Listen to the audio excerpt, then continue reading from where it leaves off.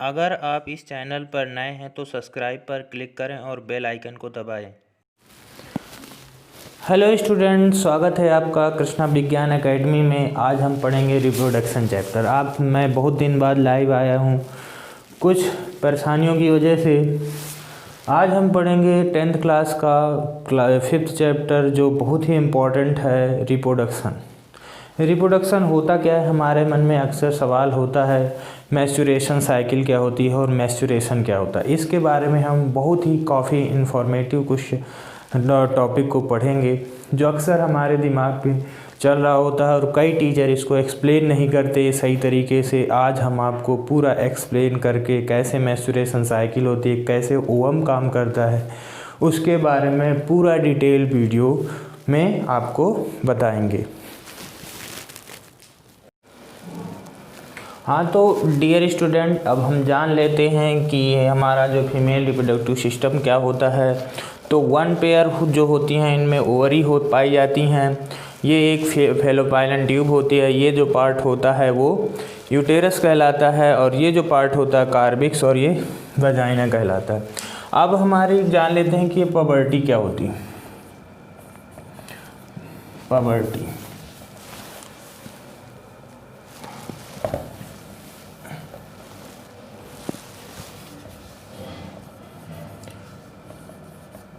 Puberty जो होती है 10 to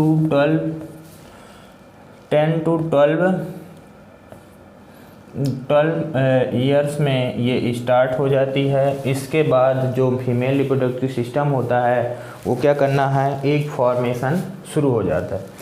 तो ये होती हैं जो फैलोपाइलन ट्यूब पे, ये जो ओवरी में फिंगर लाइक स्ट्रक्चर पाई जाती हैं, जो क्या करती हैं, हर 14 डेज़ में अलग अलग फैलोपाइलन ट्यूब से क्या होते हैं, एग जनरेट होते हैं। तो आफ्टर 14 डेज़ में इसमें से आफ्टर 14 डेज़ में इस ओवरी से वन पेयर ऑफ ओवरी से एग फॉर्मेट होते हैं।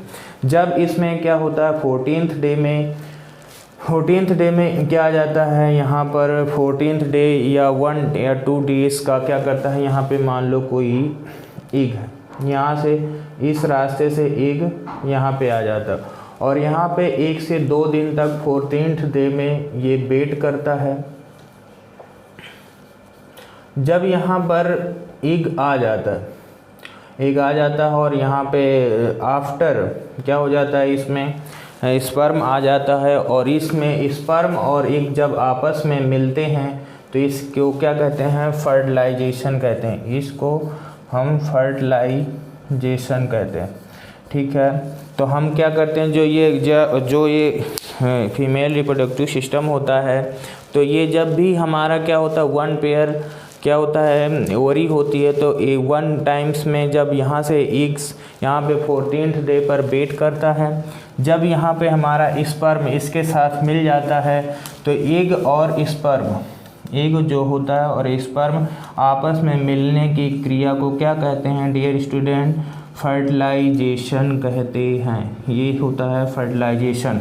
और ये मुख्यतः जो होता है, अगर नहीं आता तो ये क्या हो जाता है, अगर स्पर्म नहीं आता 14th डे पर तो वेट करता, अगर नहीं आता तो ये क्या हो जाता है, डिस्ट्रॉय हो जाता है, ठीक है डियर स्टूडेंट।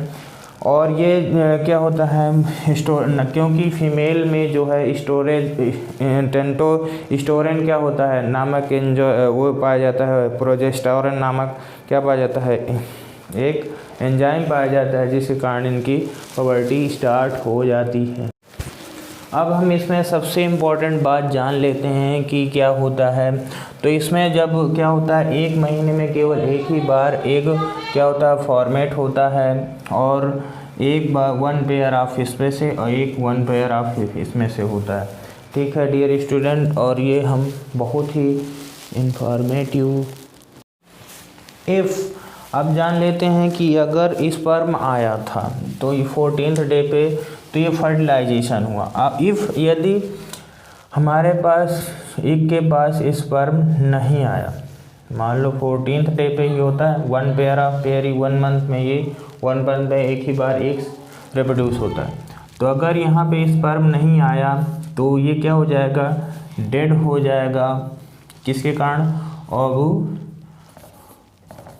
ओवल्यूशन के द्वारा, ओवल्यूशन के द्वारा ये क्या हो जाएगा, डेड हो जाएगा और ये क्या हो जाएगा, ये ख़त्म हो जाएगा। इस तरह से हम जान लेते हैं कि ये क्या हो जाएगा, ये फिर से बनना स्टार्ट हो जाएगा।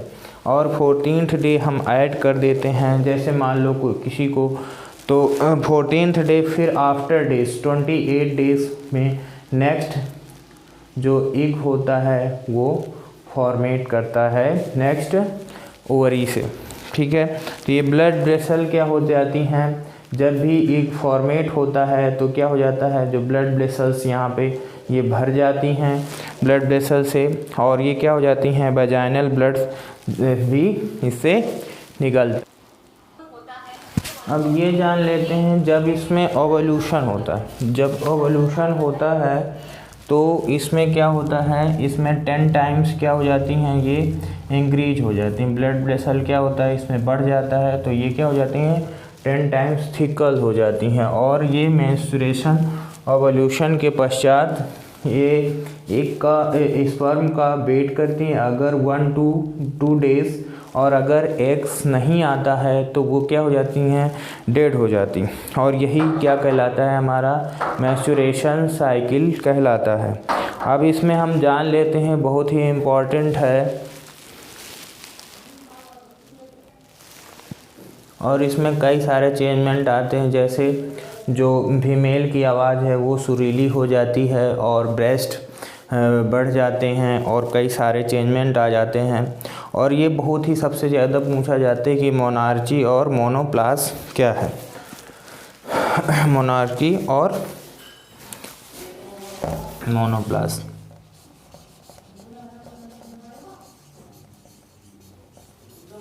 मोनार्की और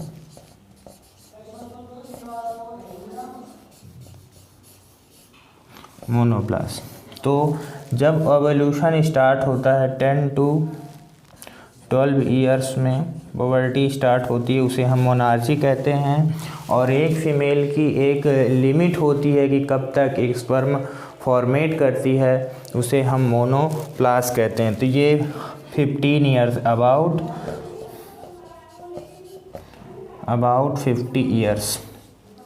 50 ईयर्स में क्या हो जाता है, मोनोप्लास एक फॉर्मेज करना ख़त्म कर देती है। तो इससे हमने बहुत सारे चीज़ें जाना कि जब प्रोजेस्टेरोन लेवल कम होने लगता है, यहाँ पे क्या हो जाता है, जब एग्स डेड हो जाता है, ठीक है, तो यहाँ पे क्या हो जाता है, इसका फिर से वो सामान्य रूप धारण कर लेती है। और ये क्या हो जाता है, इस तरह से हम ये एवोल्यूशन साइकिल हमने क्या पढ़ा, यूटेरस किस प्रकार से वर्क करती है।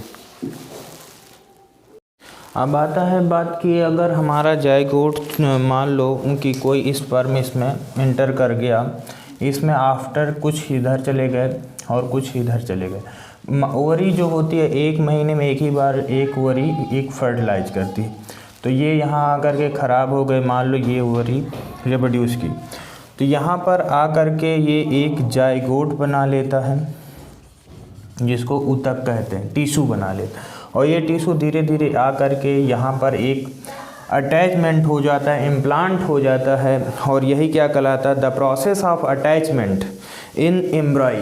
ये जो एम्ब्रॉय हो जाता है, एम्ब्रॉय हो जाता है और ये अटैचमेंट हो जाता है, इज कॉल्ड इम्प्लांटेशन कहलाता है, ठीक है।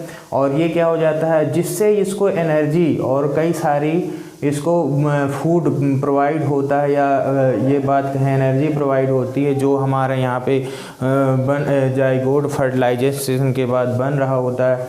तो ये एम्ब्रॉय को जो मिलता है वो प्लेसेंटा से इसको प्रोवाइड होता है। तो ये सबसे ज़्यादा पूछा जाता है क्वेश्चन कि किससे इसको ये फूड प्रोवाइड होता है, तो ये प्लेसेंटा से फूड प्रोवाइड होता है। ओके गाइस, आपको मैं समझता हूँ कि ये क्लास बहुत अच्छी लगी होगी, बहुत ही इन्फॉर्मेटिव लगी होगी।